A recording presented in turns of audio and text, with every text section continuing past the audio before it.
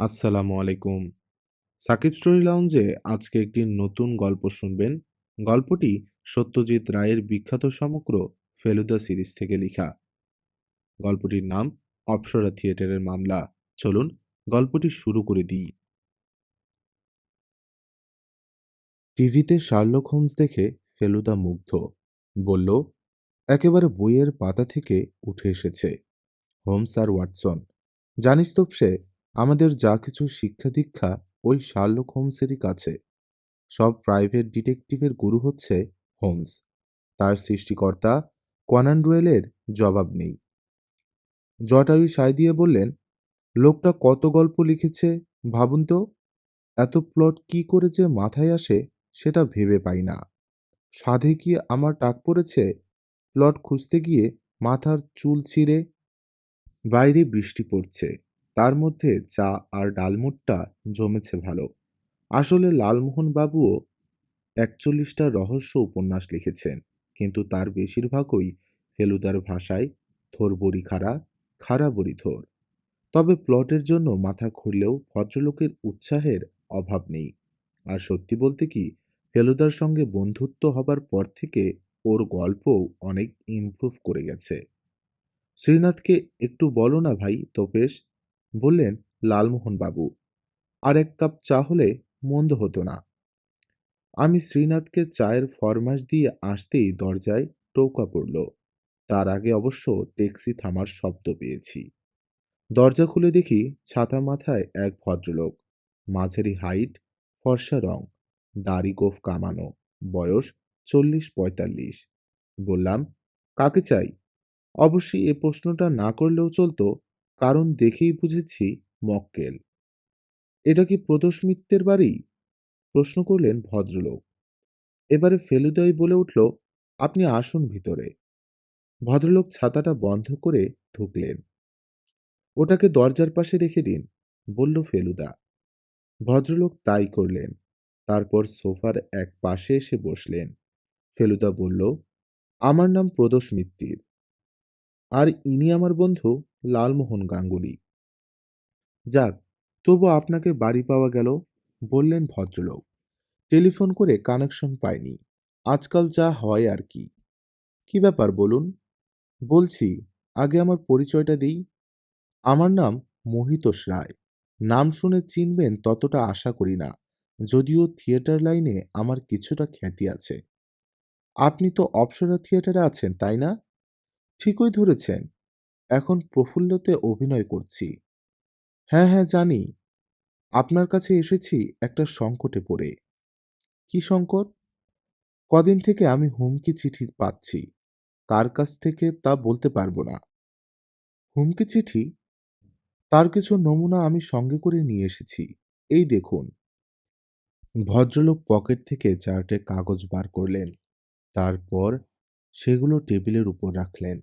আমি দেখলাম, একটায় লেখা সাবধান, আরেকটায় তোমার দিন ফুরিয়ে এলো, আরেকটায় তোমার দুষ্কৃতির ফল ভোগ করো, আর ৪ নম্বরটায় আর সময় নেই, এবার ইষ্টনাম জপ করো।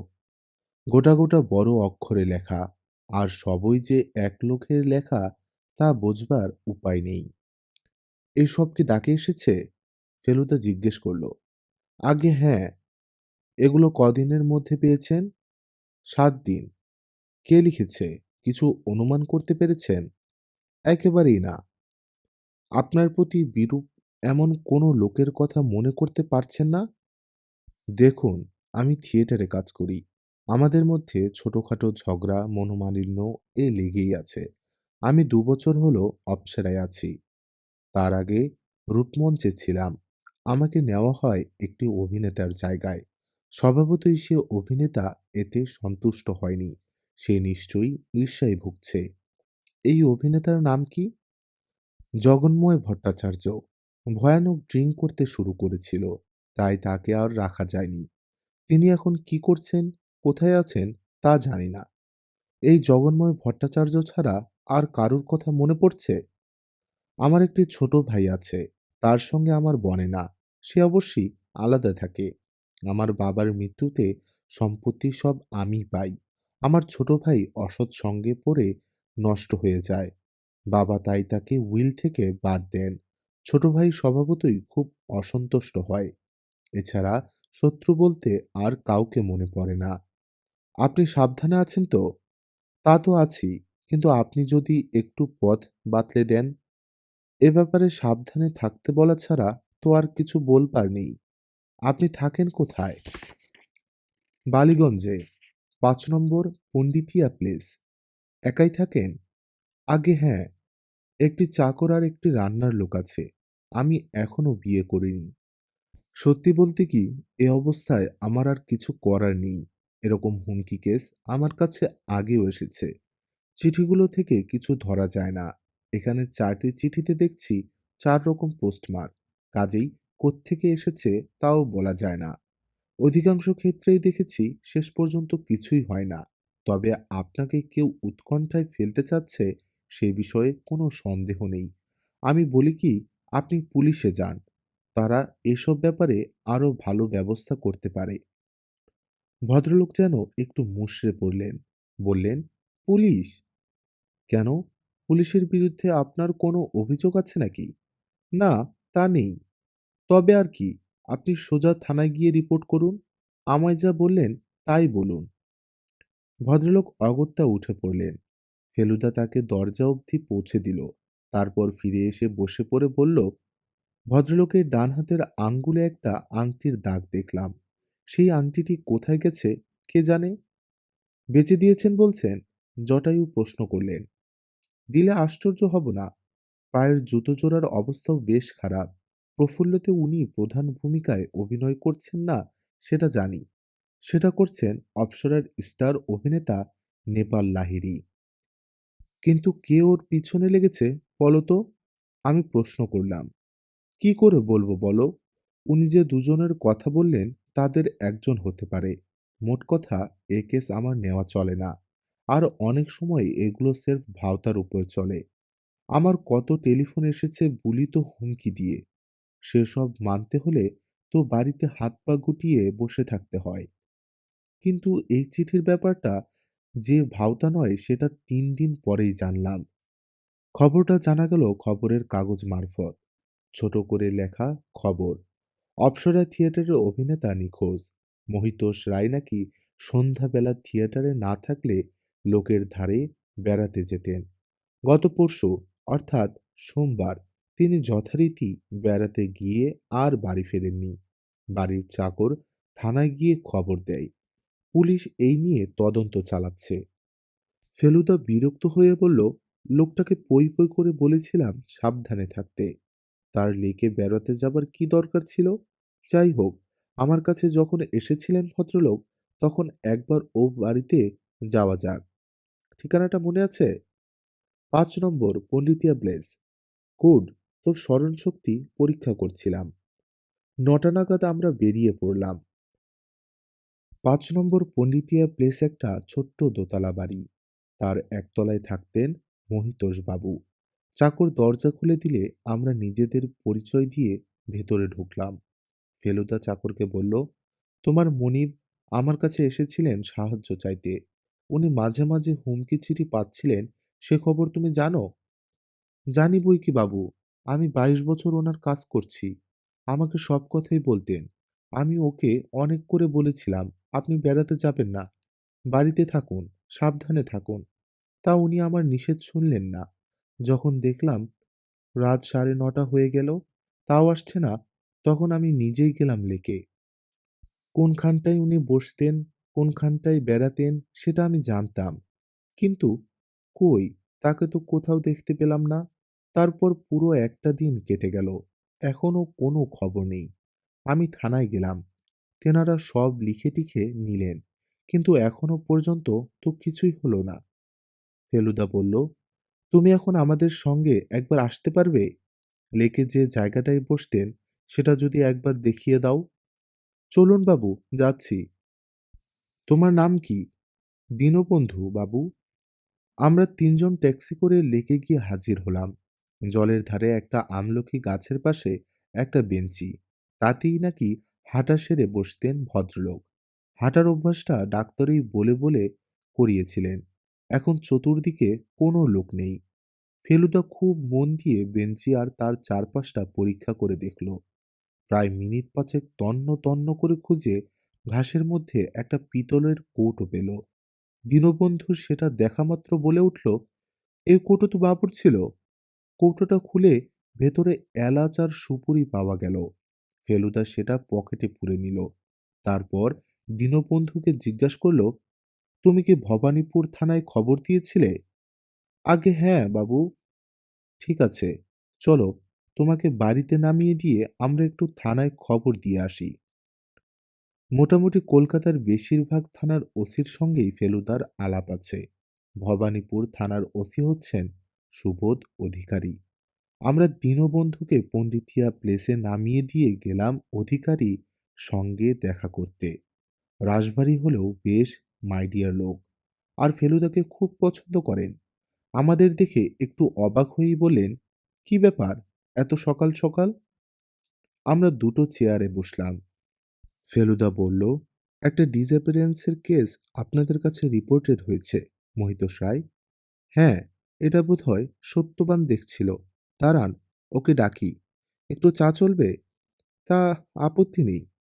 মিনিট খানেকের মধ্যেই ইন্সপেক্টর সত্যবান ঘোষ এসে গেলেন। ইনিও ফেলুদার যথেষ্ট চেনা। দুজনে হ্যান্ডশেক করার পর সত্যবান বললেন, কি ব্যাপার বলুন?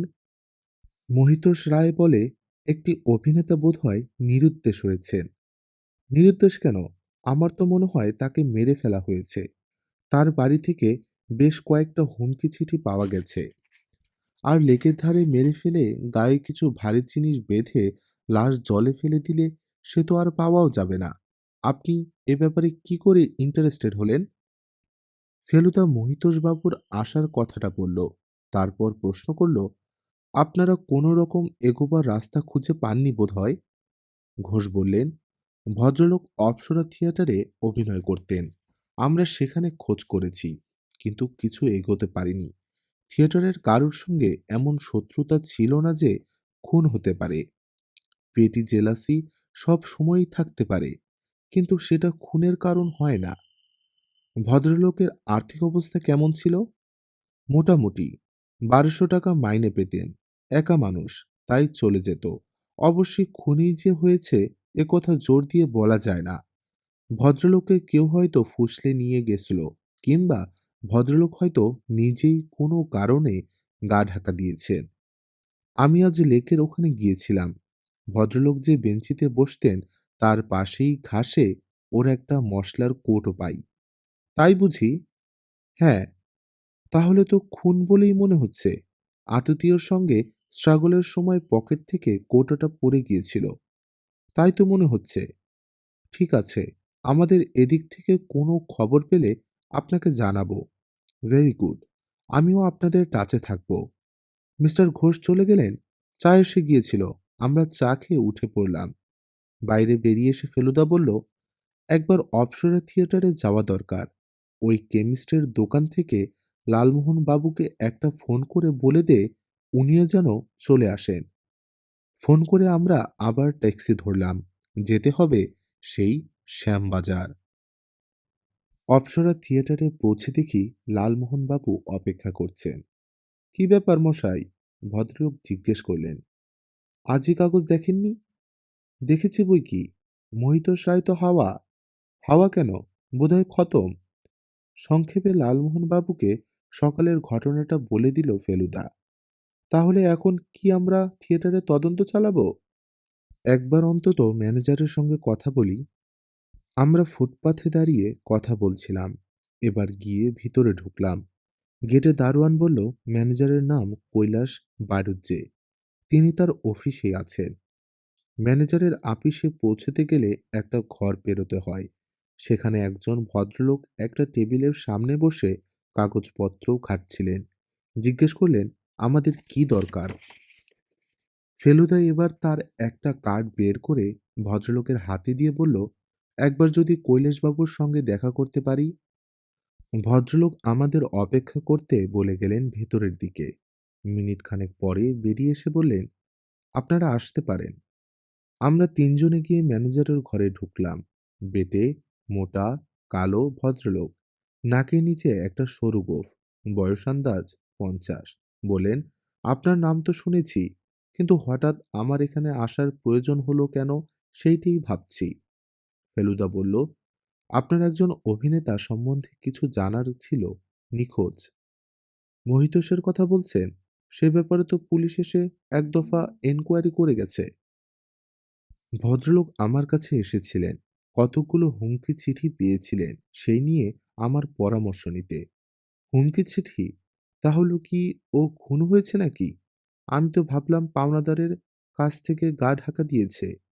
না, ঠিক সেরকম মনে হচ্ছে না।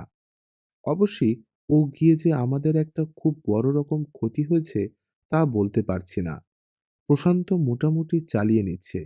পুলিশ কালকেই এসেছিল। আমরা বিশেষ কোনো ইনফরমেশন দিতে পারিনি। মহিতোষ একটু চাপা টাইপের চরিত্র ছিল। ওর কারোর সঙ্গে খুব একটা মাখামাখি ছিল না।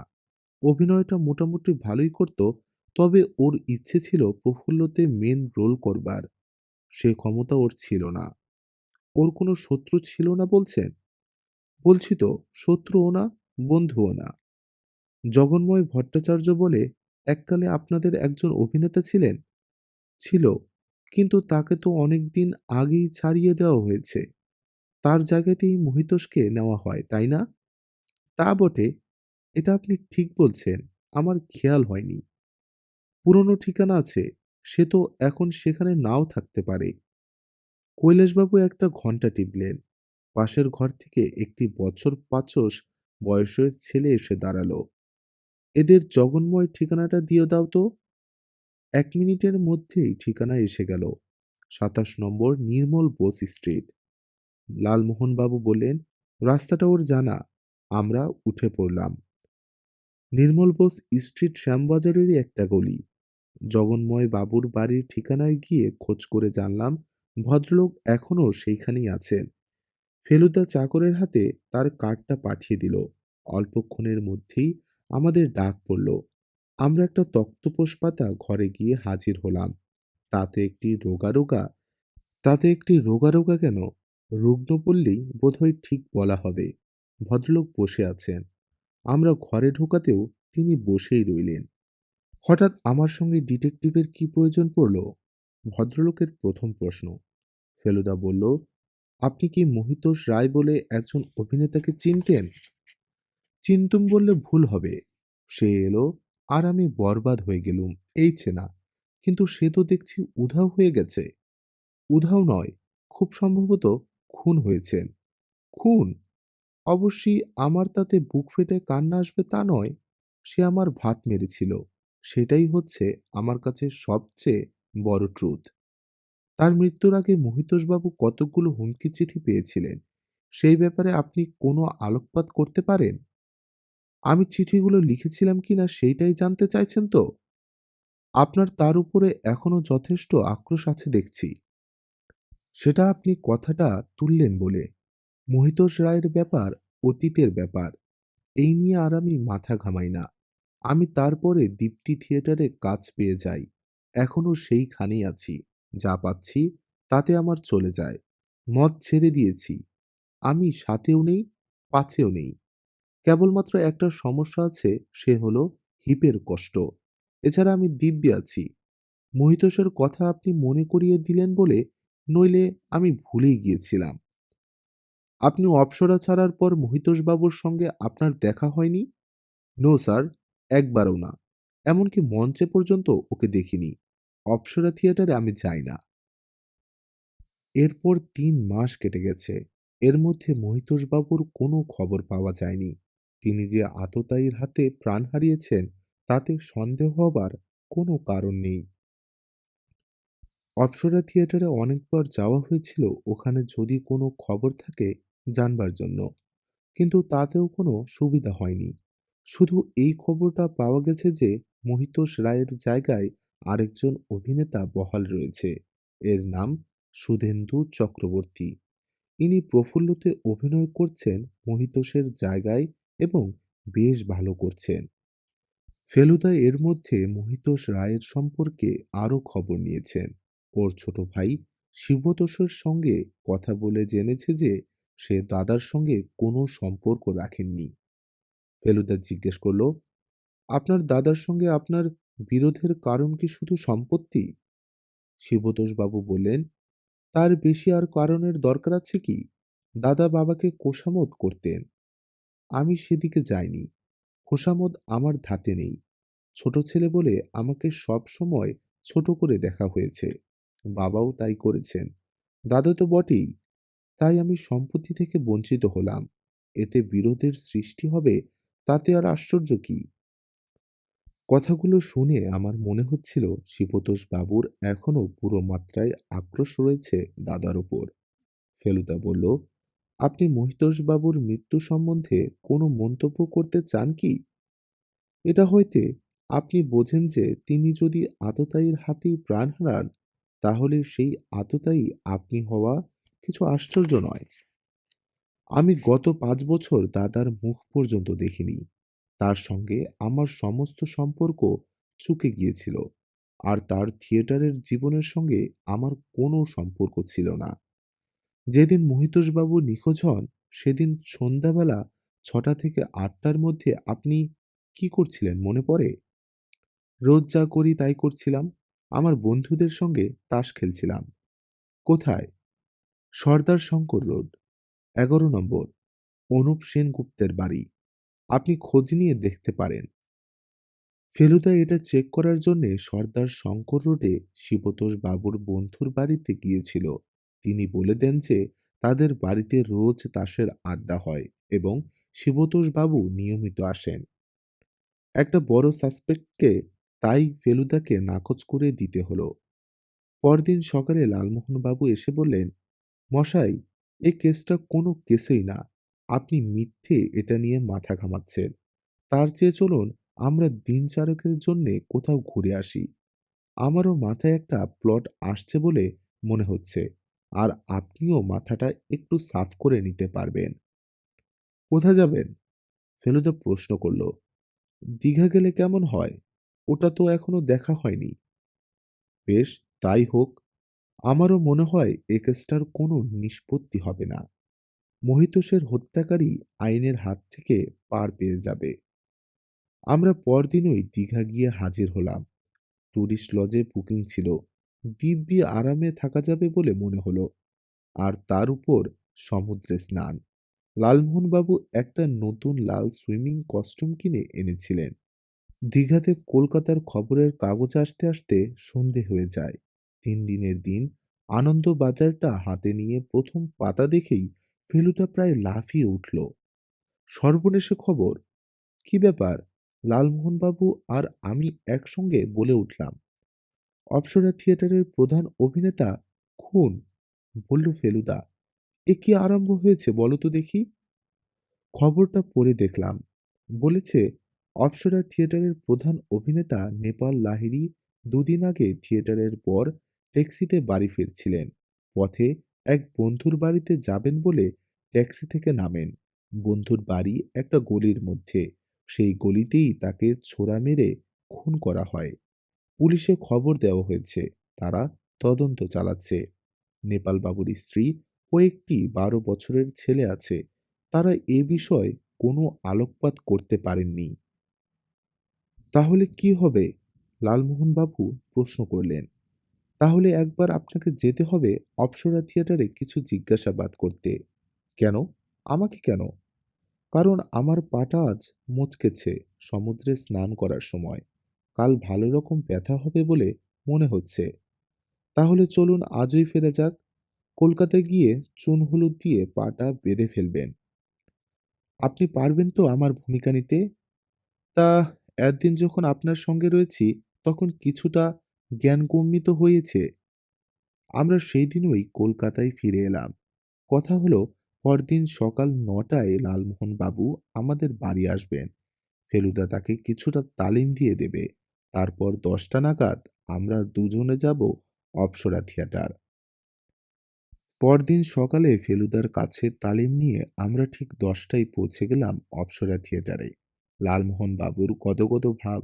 বললেন, আমার অনেক দিনের আফসোস ছিল যে তোমার দাদাকে আরেকটু সক্রিয়ভাবে সাহায্য করতে পারি না। এইবারে তার সুযোগ এসেছে। ভদ্রলোক আজ ধুতি পাঞ্জাবির বদলে প্যান্ট শার্ট পরে এসেছেন। বললেন, এতে কাজটা অনেক চটপটে হয়। ওভারনাইট কার্ড ছাপিয়ে নিলুম আমার নামে। দেখতে কেমন হয়েছে? কার্ড নিয়ে দেখি তাতে ইংরেজিতে লেখা রয়েছে লালমোহন গাঙ্গুলি, রাইটার। দিব্যি হয়েছে, আমি বললাম। দারোয়ানের হাতে একটা কার্ড ম্যানেজারের কাছে পাঠিয়ে দেওয়া হলো। ৩ মিনিটের মধ্যে আমাদের ডাক পড়ল। কৈলাসবাবুকে দেখে মনেই হলো না আমাদের উনি চিনতে পেরেছেন। বেশ রুক্ষভাবেই বললেন, শুনুন, আমার এখানে এখন বিশেষ গোলমাল। আপনি যদি নতুন নাটক নিয়ে এসে থাকেন তো অন্য সময় হবে, এই কটা দিন বাদ দিন। লালমোহনবাবু জিভ কেটে বললেন, নতুন নাটক নয় স্যার, আমি এসেছি প্রদোষ মিত্র প্রাইভেট ইনভেস্টিগেটরের প্রতিভু হয়ে। উনি অসুস্থ, তাই নিজে আসতে পারলেন না। উনি এর আগে মহিতোষ রায়ের ব্যাপারে একবার আপনার সঙ্গে দেখা করেছিলেন, তখন আমিও এসেছিলাম ওর সঙ্গে। হ্যাঁ, মনে পড়েছে। তা আপনি কি জানতে চাইছেন? খবরের কাগজে যা বেরিয়েছে তার বেশি কিছু বলার নেই। একটা প্রশ্ন ছিল, নেপালবাবুও কি মহিতোষবাবুর মতো হুমকি চিঠি পেয়েছিলেন? পেয়েছিল, তবে সে বিষয়ে প্রথম কদিন চেপে রেখেছিল, কোনো পাত্তা দেয়নি। তারপর ৩ দিন আগে প্রথম আমাকে বলে। চিঠি পাচ্ছিল প্রায় ১০ দিন থেকে। সে চিঠি আপনি দেখেছেন? ২-৩টে দেখেছি, গোটা গোটা অক্ষরে লেখা। হুমকি চিঠি যেরকম হয় সেই রকমই আর কি। আমি ওকে সাবধানে থাকতে বলি, কিন্তু নেপাল মঞ্চে হিরো সাজত বলে নিজেকেও একটা হিরো বলে মনে করত। সে বলে, এসব হুমকিতে আমি ঘাবড়াই না। তিনি থাকতেন কোথায়? নকুলেশ্বর ভট্টাচার্য লেনে, ২৭ নম্বর। উনি কি বিবাহিত ছিলেন? হ্যাঁ। কাগজে লিখেছেন উনি ওর এক বন্ধুর বাড়ি যাবেন বলে ট্যাক্সি থেকে নেমেছিলেন। এই বন্ধুটিকে আপনি জানেন? গলিতে বাড়ি বলে যখন বলছে তখন শশধর চাটুজ্জে বলে মনে হয়। সেও অভিনেতা, রূপম থিয়েটারে অভিনয় করে। অপ্সরা থিয়েটারে ওর কোনো শত্রু ছিল না? সে আর আমি কি করে বলবো বলুন? প্রধান অভিনেতাকে সকলেই ঈর্ষা করে। সে অর্থে শুধু আমাদের থিয়েটারে কেন, অন্য থিয়েটারেও নেপালের শত্রু ছিল। তাকে সরাতে পারলে আমার থিয়েটার কানা হয়ে যাবে বলে এটা অনেকে জানতো। আপনাদের থিয়েটার কি তাহলে এখন বন্ধ? আজ প্রফুল্লর লাস্ট শো ছিল, সেটা আর হবে না। আমরা তো নতুন নাটক আলমগীর নামাবো বলে তোড়জোড় করছিলাম। নাম ভূমিকায় তো নেপালেরই করার কথা ছিল। এখন অন্য অ্যাক্টরকে ট্রাই করা হচ্ছে। একজন নতুন লোক এসেছে। কেমন? মন্দ নয় বোধহয়। দাড়ি গোঁফ নিয়ে আলমগীর সাজবার চেহারা নিয়ে চলে এসেছে। তার মেকআপ লাগবে না। এবার আমার একটা কথা মনে পড়ল। বললাম, এখানকার মেন অ্যাক্টরদের বাড়ির ঠিকানাগুলো নিয়ে নিন। ফেলুদা হয়তো ওদের কারুর কারুর সঙ্গে কথা বলতে চাইবে। হ্যাঁ, এটা ঠিক বলেছ, বললেন লালমোহনবাবু। কৈলাসবাবুকে বলতে আবার ঘণ্টা টিপে ওর সেক্রেটারিকে আনিয়ে আমাদের সব নাম ঠিকানাগুলো আনিয়ে দিলেন। যেই বন্ধুর বাড়িতে সেদিন নেপালবাবু যাচ্ছিলেন, তিনি কোথায় থাকেন বলতে পারেন? কাগজে দেখেননি? খুনটা হয়েছে মতি মিস্ত্রি লেনে। কাজেই তিনিও সেখানেই থাকতেন। আমরা ভদ্রলোককে আর বিরক্ত না করে উঠে পড়লাম। একবার মতি মিস্ত্রি লেনে শশধর চাটুজ্যের বাড়ি যাওয়া দরকার। মতি মিস্ত্রি লেনে ৩ জনের বেশি লোক পাশাপাশি হাঁটতে পারে না। আমরা গাড়ি বড় রাস্তায় দাঁড় করিয়ে গলির দিকে এগোলাম। মোড়ে একটা পান বিড়ির দোকান। মালিককে জিজ্ঞেস করতে বলে দিল শশধর চাটুজ্জে ৩ নম্বর বাড়িতে থাকেন। ৩ নম্বরের দরজায় টোকা মারতে একজন ভদ্রলোক দরজাটা খুললেন। কাকে চাই? আমরা শশধর চাটুজ্জের খোঁজ করছিলাম। আমি সেই লোক। আপনাদের প্রয়োজন? লালমোহনবাবু একটা কার্ড বার করে দিতে ভদ্রলোকের চোখ জলজল করে উঠল। আপনিই কি সেই বিখ্যাত রহস্য রোমাঞ্চ কাহিনীর লেখক? লালমোহনবাবু একটু বিনয় করলেন। বিখ্যাত কিনা জানি না, তবে আমিই সেই লোক। আরে বাবা, আপনার সব বই যে আমার পড়া, তা হঠাৎ এই গরিবের বাড়িতে কি মনে করে? আমি এসেছি আমার বন্ধু গোয়েন্দা প্রদোষ মিত্রের তরফ থেকে। তার নামও তো শুনেছি। আপনারা ভেতরে আসুন, ভেতরে আসুন। এতক্ষণে ঘরের ভিতর ঢুকলাম আমরা। একটা তক্তপোশেই প্রায় ঘরটা ভরে আছে, তবে তার সঙ্গে দুটো কাঠের চেয়ার রয়েছে। লালমোহনবাবু চেয়ারে বসে বললেন, আপনার বন্ধুর খুনের ব্যাপারে আমরা তদন্ত করছি। সে সম্বন্ধে আপনি যদি কিছু বলেন। আমি আর কি বলবো? সে আমার বাড়িতে ঢোকার আগেই খুন হয়।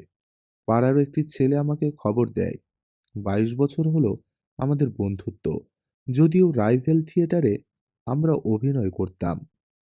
ওর কোনো শত্রু ছিল বলে জানেন? নেপালের শত্রু থাকবে না? সে এত বড় একটা হিরো, অন্য সব অভিনেতার সেই ঈর্ষার পাত্র। তার তো শত্রু থাকবেই। বিশেষ কারুর নাম মনে পড়ছে না? না, তা পড়ছে না। সেরকম কোনো নাম নেপাল করেনি আমার কাছে। সে কাউকে বিশেষ তোয়াক্কা করত না। একটু বেপরোয়া গোছের লোক ছিল। তার পেশায় তার সমকক্ষ খুব কমই ছিল। অন্য বহু থিয়েটার তাকে অনেক টাকার লোভ দেখিয়েছে, কিন্তু অপ্সরায় তার অভিনয় জীবনের শুরু বলে সে আর কোথাও যায়নি। তিনি যে হুমকি চিঠি পাচ্ছিলেন সে কথা আপনাকে বলেছিলেন? বলেছিল বই কি, কিন্তু সে পাত্তাই দেয়নি। এক নামকরা জ্যোতিষী তাকে বলেছিল সে 82 বছর বাঁচবে। সেটা সে বিশ্বাস করত। বলতো ওই বয়স অবধি সে অভিনয় চালিয়ে যাবে আর মঞ্চের উপর শেষ নিঃশ্বাস ত্যাগ করবে। শশধর বাবু একটা দীর্ঘ নিঃশ্বাস ফেললেন। এর বেশি আমার কিছু বলার নেই জানেন। আর আমার মন মেজাজও ভালো নেই। আপনারা বরং বসুন। আমরা উঠে পড়লাম। এক সকালের পক্ষে অনেক কাজ হয়েছে মনে করে আমরা বাড়ির দিকে রওনা দিলাম। ফেলুদাকে সব রিপোর্ট করতে হবে। ফেলুদা সব শুনে টুনে লালমোহন বাবু খুব তারিফ করল। বলল, আপনি তো একেবারে পেশাদারি গোয়েন্দার মতো কাজ করেছেন। যেটা বাকি রইল সেটা হচ্ছে অপ্সরা থিয়েটারের অন্য প্রধান অভিনেতাদের জেরা করা, বিশেষ করে টপ অভিনেতা যাদের সঙ্গে নেপাল লাহিড়ীর হৃদ্যতাও ছিল, রেষারেষিও ছিল। তোমার পা কি বলে? আমি জিজ্ঞেস করলাম। এখনো কষ্ট, নরণচরণ। আরো 2 দিন অন্তত লাগবে সারতে। ভালো কথা, অভিনেতাদের সঙ্গে যখন কথা বলবেন তখন নতুনটিকেও বাদ দেবেন না। না না, তা তো নয়ই। লালমোহনবাবু ফেলুদার কাজটা করে খুব খোশ মেজাজে ছিলেন। বললেন, এ এক নতুন অভিজ্ঞতা হলো। আসলে আপনার কাজটা যত কঠিন বলে মনে হয় তত কঠিন নয়। কঠিন কেবল রহস্য গঠন। তা বটে, তা বটে। সেটা এখনো পারব না নিশ্চয়ই। আর সেরকম দাবিও করছি না। তবে একটা কথা বলতে পারি। আজ ওখানে আমাকে দেখলে আপনি চিনতেই পারতেন না। বটে, সেন্ট পারসেন। ওখানে কি মহড়া চলছে? আমি বললাম, চলছে বোধহয়। কয়েকদিনের মধ্যেই তো আলমগীর শুরু হবে। তাহলে ম্যানেজারকে টেলিফোন করে কোন সময় গেলে সকলের সঙ্গে দেখা হবে আর কথা বলা যাবে সেটা জেনে নিবি। Very good. পুলিশ দেখলি? কই না তো। আছে নিশ্চয়ই। কাগজে তো লিখেছে তারা তদন্ত চালাচ্ছে। একবার ইন্সপেক্টর ভৌমিককে ফোন করব। তার আন্ডারেই কেসটা পড়বে বলে মনে হচ্ছে। ইন্সপেক্টর ভৌমিকের সঙ্গে কথা বলে ফেলুদা জানল যে পুলিশ একটা গুন্ডার দলকে সন্দেহ করছে। নেপালবাবুর নাকি একটা সোনার ঘড়ি ছিল, সেটা খুনের পর পাওয়া যায়নি। খুবই দামি ঘড়ি, এবং সেটাই হয়তো খুনের কারণ হতে পারে। ফেলুদা বলল, তাহলে থিয়েটারের সঙ্গে এ খুনের কোনো সম্পর্ক নেই বলছেন? তাতে ভৌমিক বললেন, ওর তাই ধারণা। একটা গুন্ডার দল কিছুদিন থেকেই নাকি ওই অঞ্চলে উৎপাত করছে। তারা প্রায় সকলেই দাগী আসামি। ছুরিটা নেপালবাবুর গায়েই বিঁধেছিল, কিন্তু তাতে কোনো আঙ্গুলের ছাপ পাওয়া যায়নি। সবশেষে ভৌমিক বললেন, তিনি আশা করছেন 3-3 মধ্যেই কেসটার নিষ্পত্তি হয়ে যাবে। এবার আর আপনাকে কোনো ভূমিকা নিতে হবে না, বললেন ভদ্রলোক। ফেলুদা টেলিফোনটা রেখে বলল, ম্যানেজারকে ওই ফোনটা করে নে। অভিনেতাদের একবার জেরা করা দরকার। আমি তখনই অপ্সরা থিয়েটারে ফোন করলাম। বার 3 ডায়াল করবার পর লাইন পেলাম। ম্যানেজার বললেন, পুলিশ এক দফা জেরা করে গেছে সকলকে। তবে আপনারা যদি আবার করতে চান তাহলে বৃহস্পতিবার সকাল 10:30টায় আসুন। সেদিন 11টায় রিহার্সাল আছে। আপনাদের আধা ঘন্টায় কাজ শেষ করতে হবে।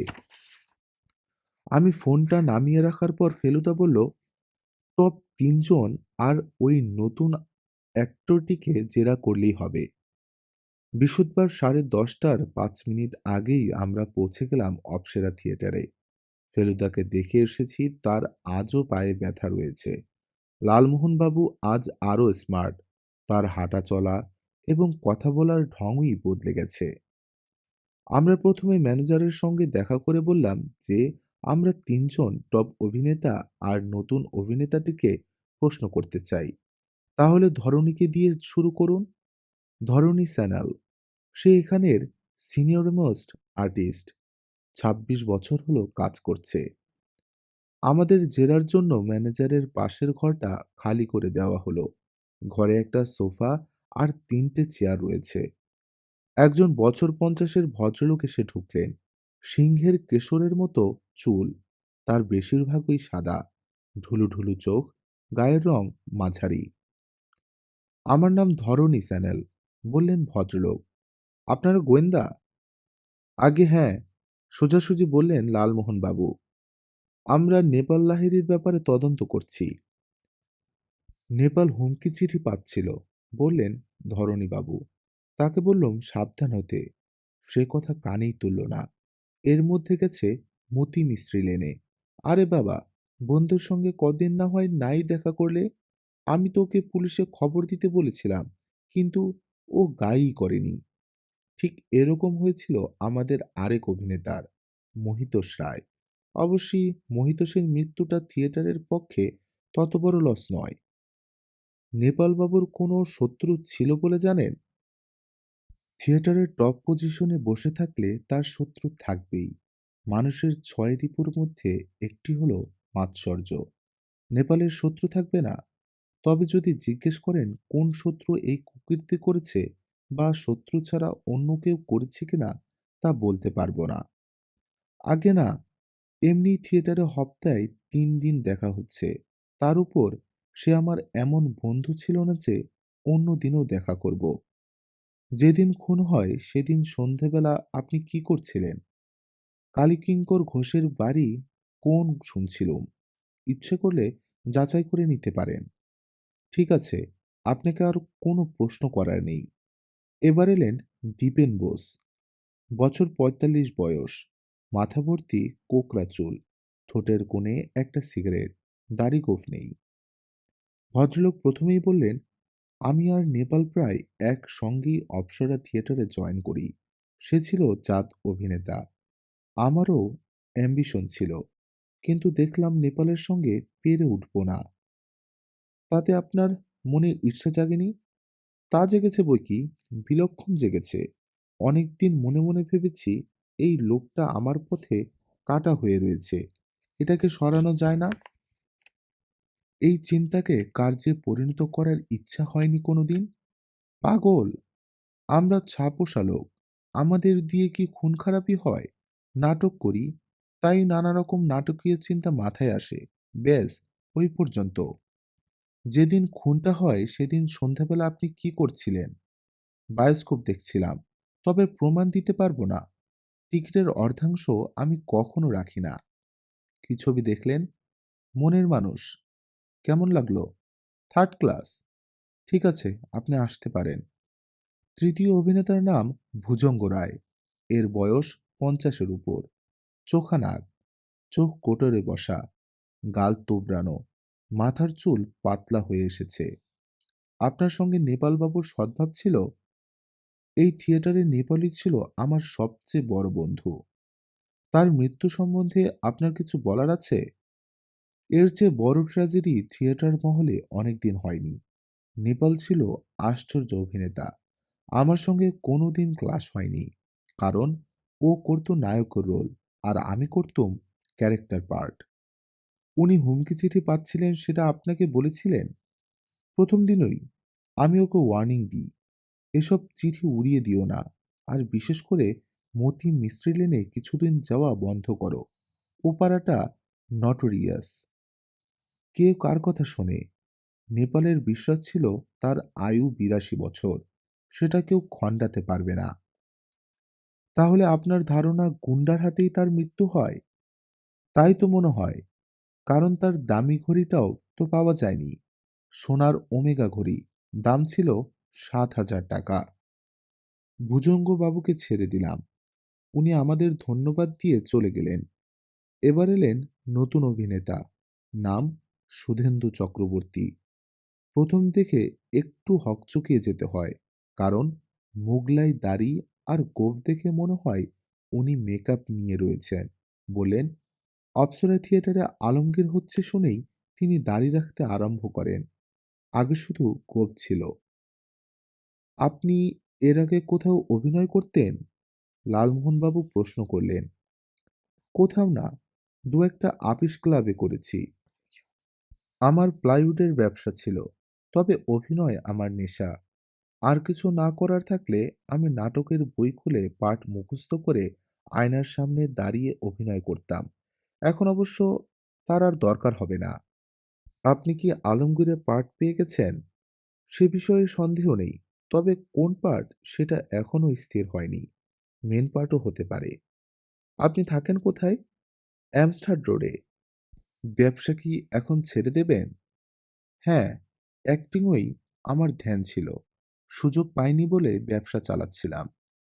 ফেলুদাকে যাতে ঠিকভাবে রিপোর্ট দিতে পারি, তাই আমি কথোপকথনটা টেপ রেকর্ডারে রেকর্ড করে নিচ্ছিলাম। বুঝতে পারছিলাম লালমোহনবাবু প্রশ্নগুলো করছিলেন নিজেকে ফেলুদা হিসেবে কল্পনা করেই। এটা আমাদের কাছে একেবারে নতুন অভিজ্ঞতা। শুভেন্দুবাবুকে আর একটাই প্রশ্ন করার ছিল। আপনার সঙ্গে নেপালবাবুর আলাপ হয়েছিল? সামান্যই, তবে ওর অভিনয় আমি আগে অনেক দেখেছি। খুব ভালো লাগতো। ফেলুদা খুব মন দিয়ে আমাদের রিপোর্ট শুনল। তারপর বলল, আমার অ্যাবসেন্সে তো তোরা বেশ চালিয়ে নিতে পারছিস। লালমোহনবাবু বললেন, প্রশ্ন করাটাতে খুব একটা বুদ্ধি লাগে না। আসল কথা হচ্ছে উত্তরগুলো থেকে কি বোঝা গেল।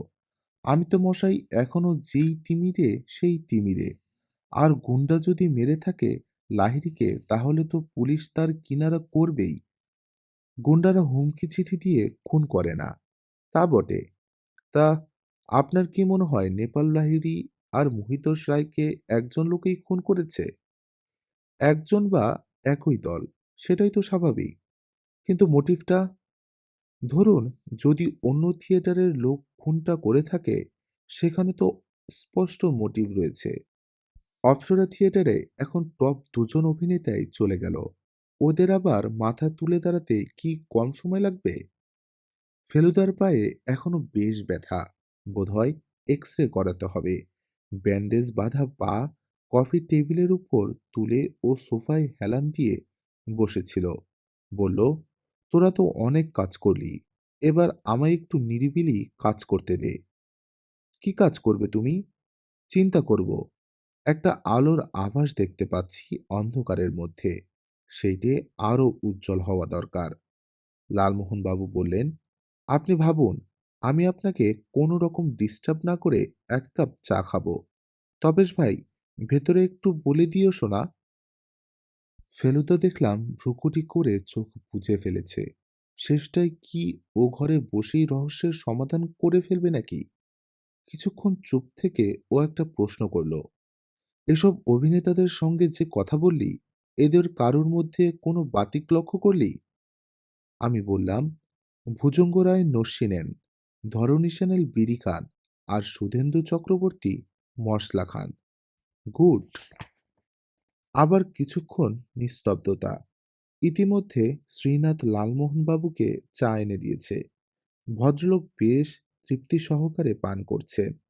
আমি একটা পত্রিকার পাতা উল্টে যেতে লাগলাম। ফেলুদার কাছে নানান রকম পত্রিকা আসে। তার বেশিরভাগই অবশ্যই ওয়েস্ট পেপার বাস্কেটে চলে যায়। মিনিট পাঁচেক নিস্তব্ধতার পর ফেলুদার দিকে চেয়ে দেখি ও চোখ খুলেছে, আর সেই চোখ জ্বলজ্বল করছে। লালমোহনবাবু, চাপা স্বরে বলল ফেলুদা, আজ্ঞে। এই যে সুধেন্দু চক্রবর্তী, ইনি কি মাঝারি হাইটের ভদ্রলোক? হ্যাঁ। ফর্সা রং? হ্যাঁ। বছর ৪০-৪৫ বয়স? হ্যাঁ। কিন্তু আপনি ওকে চেনেন নাকি? শুধু আমি নয়, আপনারাও চেনেন। বলেন কি? এবার বোধহয় ঘরে বসেই রহস্য উদ্ঘাটন হয়ে গেল। অ্যাঁ? দাঁড়ান, আগে ইন্সপেক্টর ভৌমিককে একটা ফোন করি। আমি ফেলুদার হয়ে নম্বরটা ডায়াল করে ফোনটা ওর দিকে এগিয়ে দিলাম। ফেলুদা বলল, কে? হরিদাসবাবু? আমি প্রদোষ মিত্র কথা বলছি। শুনুন, ওই অপ্সরা থিয়েটারের মামলাটা, আমার মনে হয় গুন্ডাদের পিছনে সময় নষ্ট না করাই ভালো। কারণ আমি জেনে গেছি কে খুনটা করেছে। আমি তো চলৎশক্তিরহিত। কাজেই আপনাকেই আসতে হবে আমার কাছে। আমি 99% শিওর ঘণ্টাখানেকের মধ্যে এলেই হবে। ফেলুদা ফোন রেখে দিল। আমরা ওর মুখের দিকে চেয়ে রয়েছি। খুব জানতে ইচ্ছে করছে, তাই না? ঠিক আছে, তোদের আর সাসপেন্সে রাখবো না। ব্যাপারটা জলের মতো সোজা, অথচ জিলিপির মতো পেঁচালো। একটা কথা বলতেই হবে, hats off to the murderer. আশ্চর্য ফোন দিয়ে ডেছিল। ফেলু মিত্তিরের পর্যন্ত ধোকা লেগে গিয়েছিল। আসলে এটা স্রেফ ঈর্ষার ব্যাপার। নেপাল লাহিড়ীকে সরিয়ে প্রধান অভিনেতার স্থান দখল করার চেষ্টা, তার জন্যেই খুন।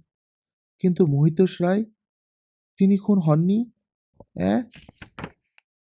না, তিনি এমনভাবে ঘটনাটাকে সাজিয়েছিলেন, হুমকি চিঠি থেকে আরম্ভ করে যাতে মনে হয় তিনি খুন হয়েছেন। আসলে তিনি এখনো জীবিত এবং বহাল তবিয়াতে রয়েছেন, ছদ্মবেশে এবং নতুন ঠিকানায়। লেগে গিয়েছিলেন তিনি শুধু মশলার কৌটোটা ফেলে আসতে। তারপর গা ঢাকা দিলেই লোকের সন্দেহ হবে যে তিনি খুন হয়েছেন এবং তার মৃতদেহ লেকের জলে ডুবে রয়েছে। আশ্চর্য মাথা বটে লোকটার। তারপর ৩ মাসে দাড়ি গোঁফ গজিয়ে অপ্সরা থিয়েটারে আগমন। দাড়ি গোঁফে মানুষের চেহারা একদম বদলে যায়। তাই আপনারা চিনতে পারেননি। অপ্সরাতে অভিনেতা দরকার। সুতরাং ওকে না নেওয়ার কোনো কারণ নেই। বিশেষত যখন সুপুরুষ চেহারা আর কণ্ঠস্বর ভালো। Sudhendu Chakraborty, yes sir. মশলার অভ্যাস এখনো যায়নি। যদিও আপনাদের সামনে খেয়ে লোকটা কাঁচা কাজ করেছে। যাই হোক, তার প্ল্যান একেবারে ১৬ আনার সফল হতো যদি না আপনারা আমাকে সাহায্য করতেন।